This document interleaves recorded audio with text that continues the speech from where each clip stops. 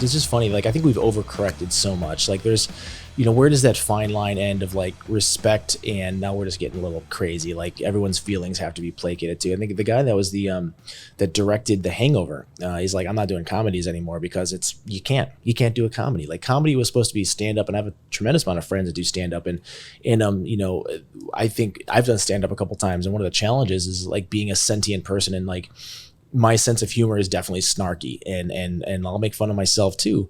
But like, where does that line lie that you got to be so worried about everyone's, how everyone feels? Like, comedy should be, everyone doesn't have the same sense of humor. That's what I think is great about comedy. It should be a safe place to poke fun at everything that's from religion to sex, race, creed, and just in the spirit of like, let's all learn to laugh a little bit more. And yeah, everyone's, upset and crying. So it's crazy that the world we live in, man, but maybe COVID changes all that. I don't know. Oh, no, I see it pushing it towards the other way of people hypersensitivity to things and wanting to be a victim. I've never wanted to be a victim in my entire life. I look for reasons not to complain. People who complain about things and offer no solution, that's just whining.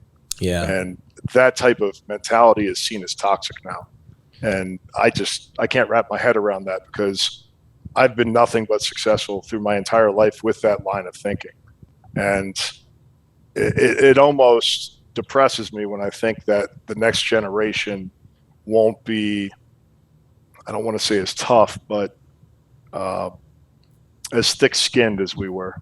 Yeah, you took the words out of my mouth. Yeah, no, I think so. And I think that like every generation probably feels like the next generation, even going back hundreds of years, is like the not as tough generation, because every generation does, to some capacity, have it easier, at least in a physical sense. You don't have to like walk 10 miles uphill to school anymore for the most part, right? Like, we've got public transportation and clean water, and we didn't have to worry about where's our next meal coming from. And but as we move from the industrial revolution to like the technological revolution and the internet and stuff, but I just think we've just massively overcorrected, and I want to see if this pendulum is going to swing back the other way, because they're getting really off topic, but like, I had Brian Callen on. He's like, Dave Chappelle is a hero, because Dave Chappelle got so much shit for that stand-up special of his, where he was just, and before I watched it, I had heard all the criticism of Dave Chappelle for that from the LGBTQT, I might be missing some abbreviations, community, and I was really expecting it to be aggressive and overboard. And when I watched it, I was like, man, maybe I'm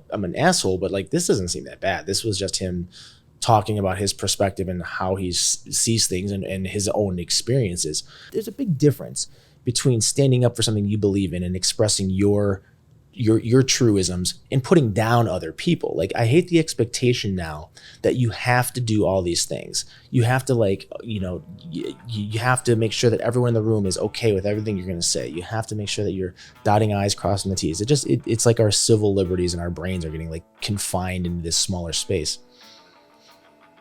I agree. That's my rant.